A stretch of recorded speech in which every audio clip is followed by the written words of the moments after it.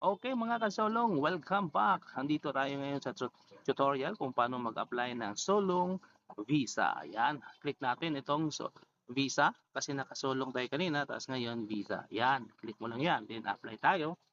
Then lagay natin yung Philippines dito. Ayan, hanapin natin yung Philippines.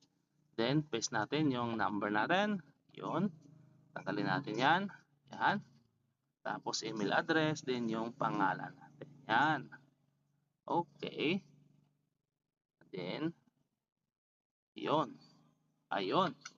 So, click natin ng next. Yan. Okay. Slide to complete. Yun. So, verification has been sent through mobile cellphone number. Yan. Ay, may fee pala ito, no? So, ayun. So, wala tayong USDT. Kaya, medyo, yun, ang problema, no? Wala pa tayo niyan. Okay. That's all. Pagkatapos nito, confirm lang. Ayun. Waiting for approval of your visa. Thank you. Bye-bye.